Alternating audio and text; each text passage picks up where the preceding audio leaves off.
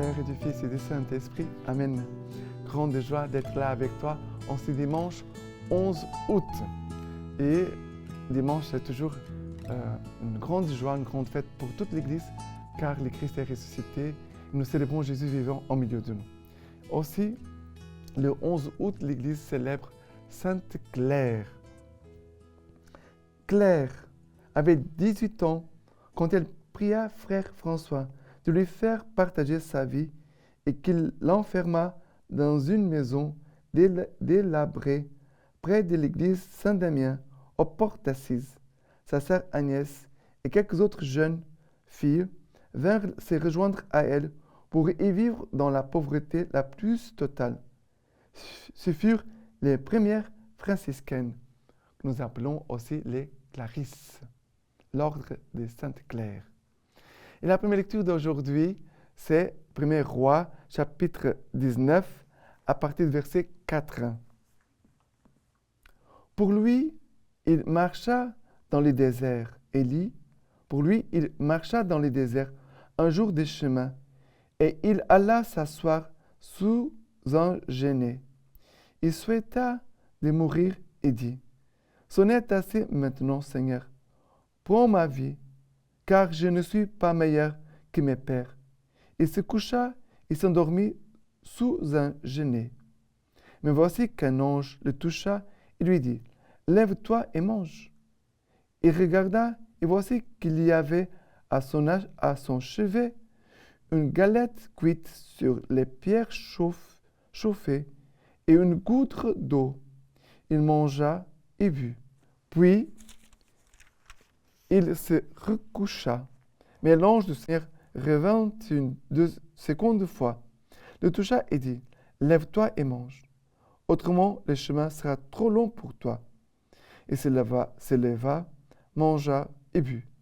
Puis, soutenu par cette nourriture, il marcha 40 jours et 40 nuits jusqu'à la montagne de Dieu, l'Horeb. Alors, quand nous célébrons Carême, les 40 jours de Carême, nous faisons toujours aussi mémoire de cette marche dans le désert qu'Élie va faire. Mais, qu'est-ce qui se passe ici? Élie a fait le sacrifice de faux prophètes de Baal. Et Jézabel, la reine Jézabel, veut le tuer, veut se venger. Et ici, Élie, il part, il s'enfuit. Il va vers l'Horeb.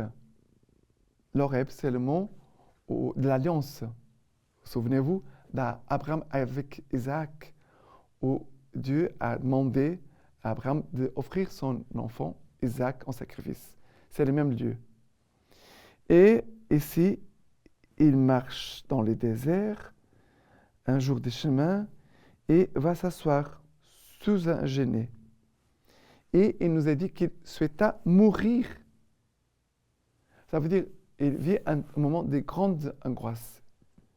Et c'est pour lui une grande angoisse de savoir que quelqu'un en veut à sa vie.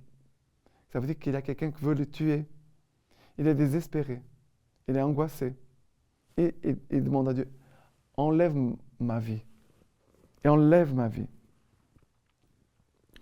Mais Dieu ne veut pas qu'Élie meure, car Dieu a une mission pour Élie, pour le prophète Élie. Et qu'est-ce qui se passe? Dieu envoie un ange qui va le toucher, qui va lui dire, lève-toi et mange. Lève-toi et mange. Et il voit de l'eau et une galette cuite sur des pierres chauffées, du pain et de l'eau. Une nourriture simple, mais qui soutenue par cette nourriture, et on voit que l'ange va venir la deuxième fois, et il va lui dire, l'ange, lève-toi et mange, autrement le chemin sera trop long pour toi.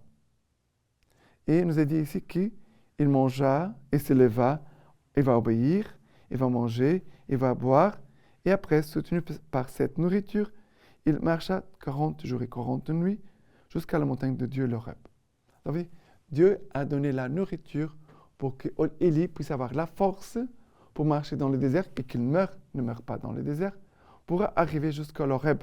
Car Dieu attendait Élie aussi dans le mont Horeb. Dieu, il est ici avec moi, il est là aussi avec toi, mais il t'accompagne toujours. Mais il a aussi des moments très forts où Dieu nous attend pour nous parler, pour nous visiter. Ça veut dire que ce sont des moments de grande grâce. Notre vie, on pourrait dire, il a la vie ordinaire, il a toujours des grâces chaque jour, mais parfois on ne voit pas. Il y a des moments aussi très forts de grâce que le Seigneur nous donne de vivre.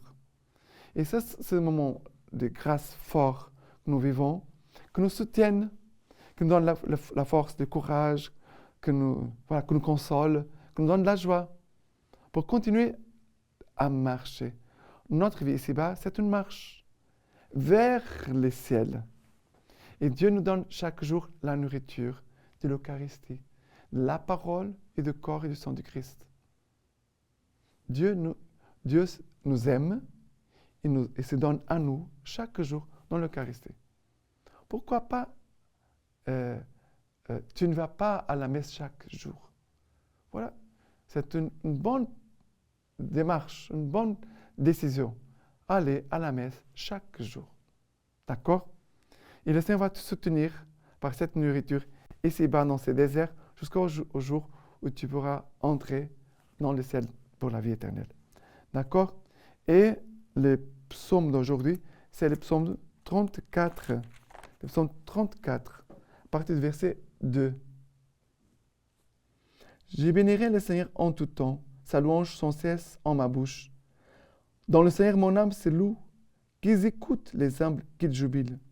Magnifiez avec moi le Seigneur, exaltons ensemble son nom. Je cherche le Seigneur, il me répond, et de toutes mes frayeurs me délivre. Qui regarde vers lui resplendira, et sur son visage, point de honte.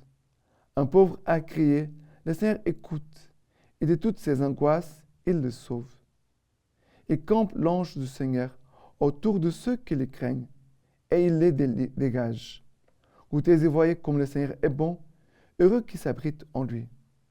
Alors, la première lecture parlait de la nourriture du pain et de l'eau que Dieu avait préparée pour Élie. Ici nous est dit, verset 9, goûtez et voyez comme le Seigneur est bon, heureux qui s'abrite en lui.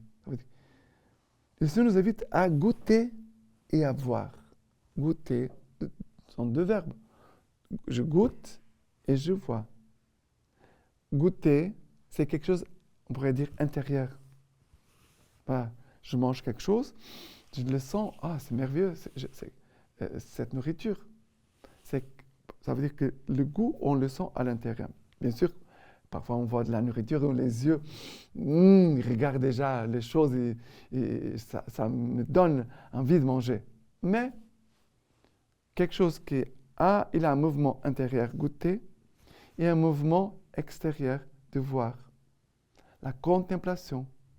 Voilà notre vie spirituelle. De goûter, ça veut dire garder à l'intérieur cette nourriture, mais aussi l'extérieur, la contemplation, cette attention. La liturgie, elle est magnifique. Notre Église, elle a une très belle liturgie. Nous voyons la célébration, nous voyons les gestes du prêtre. Voilà quelque chose qui entre, toute la liturgie nous entre par les yeux. On voit l'encens, bien sûr qu'on sent l'odeur, le parfum de l'encens, mais ça veut dire que c'est une chose qui entre par nos yeux. Par nos yeux. D'accord? Le Seigneur vraiment veut nous nourrir par son Église, par la liturgie, par l'Eucharistie, par la parole, mais par la liturgie que nous contemplons chaque jour. Et bien sûr, on pourrait même contempler la nature, la beauté de la création, bien sûr. Et maintenant, la deuxième lecture de ce dimanche, Éphésiens chapitre 4, à partir du verset 30.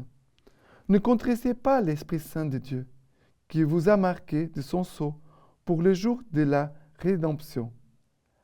Aigreur, emportement, colère, clameur, outrage, tout cela doit être extirpé de chez vous, avec la malice, sous toutes ses formes. Montrez-vous au contraire bons et compatissants. les uns pour les autres, vous pardonnant mutuellement, comme Dieu vous a pardonné dans le Christ. Oui, cherchez à imiter Dieu comme des enfants bien-aimés et suivez la voie de l'amour, à l'exemple du Christ qui vous a aimé et s'est livré pour nous, s'offrant à Dieu en sacrifice d'agréable odeur. Alors ici, nous est dit, ne contristez pas l'Esprit Saint. Ça veut dire, ne faites pas de péché, parce que notre corps a été fait pour Dieu. Nos actions doivent glorifier Dieu, et non pas faire le contraire. Et après, il va dire, les péchés, aigreur, emportement, colère, clameur, outrage, voilà, tout cela doit disparaître. Voilà. Pour que nous puissions glorifier le Seigneur, pour que nous puissions témoigner de Jésus. Et après, ici, Saint Paul nous invite à chercher à imiter Dieu comme des enfants bien-aimés et à suivre la voie de l'amour à l'exemple du Christ, qui nous a aimés et s'est livré en sacrifice d'agréable odeur. Voilà, notre vie devait être comme ça. Tout ce que nous vivons, tout ce que nous contemplons, tout ce que nous goûtons de Dieu, doit transformer notre intérieur pour que nous puissions manifester l'amour du Christ les uns pour les autres. D'accord? Et après l'évangile d'aujourd'hui, Jean chapitre 6, à partir du verset 41. Les Juifs alors se mirent à murmurer à son sujet parce qu'il avait dit « Moi je suis le pain descendu du ciel ».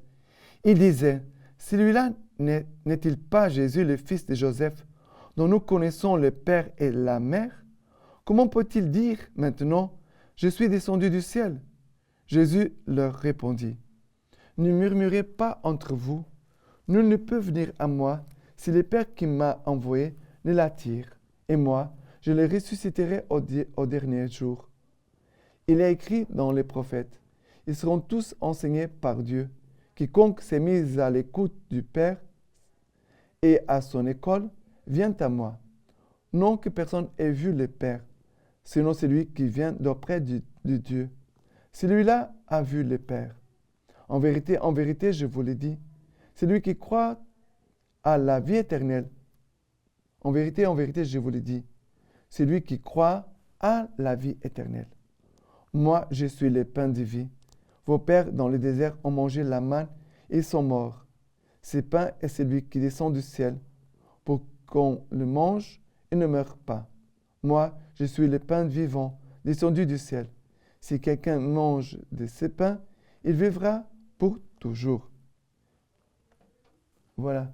Et le pain que je donnerai, c'est ma chair pour la vie du monde. Alors, Jésus ici nous parle aussi de pain, de nourriture.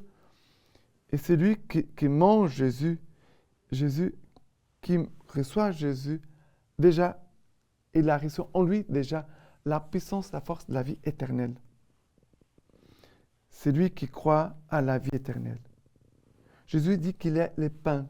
Le pain sert à quoi? Pour que nous puissions le manger. Et à fur et à mesure qu'on reçoit le Christ, notre vie devrait devenir un bon pain donné pour que les autres puissent manger. Vous savez que notre vie ne nous appartient pas. Elle est pour les autres. Que la présence de Jésus eucharistique en nous puisse toujours nous garder unis au Christ, que cette nourriture de l'Eucharistie, le corps du Christ, puisse déjà nous faire goûter déjà le ciel, mais aussi que nous donne la capacité aussi d'offrir notre vie pour la vie du monde. D'accord? Et de Sainte Claire, la lecture patristique, de Lettre à la bienheureuse Agnès de Prague. Heureux celui qui obtient de participer au banquet sacré, afin de s'unir du fond de son cœur à celui dont toutes les bienheureuses troupes du ciel admirent continuellement la beauté, dont l'amour est blessure et la contemplation nourriture, dont la bonté nous rassasie, dont la douceur nous enivre, dont le souvenir est une douce lumière, dont le parfum fait revivre les morts, dont la vue dans la gloire rendra bienheureux tous les citoyens de la Jérusalem d'en haut. Voilà. Maintenant, je vous laisse la bénédiction par les mains toutes pures de la Vierge Marie. Dieu Tout-Puissant vous bénisse et vous garde, le Père, le Fils et le Saint-Esprit. Amen.